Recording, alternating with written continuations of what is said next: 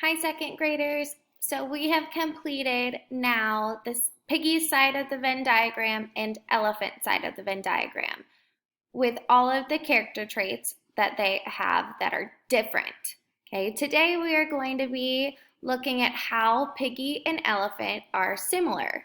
Okay, so I know from reading Happy Pig Day that both piggy and elephant are fun. Okay, they like to have fun and do fun things. I also know that they are friends. Okay, they like to play together and they are pretty goofy. Okay, if we remember, they were doing silly things. And if you've read other piggy and elephant books, then you know that they do pretty silly things in all of their books. So they're pretty goofy.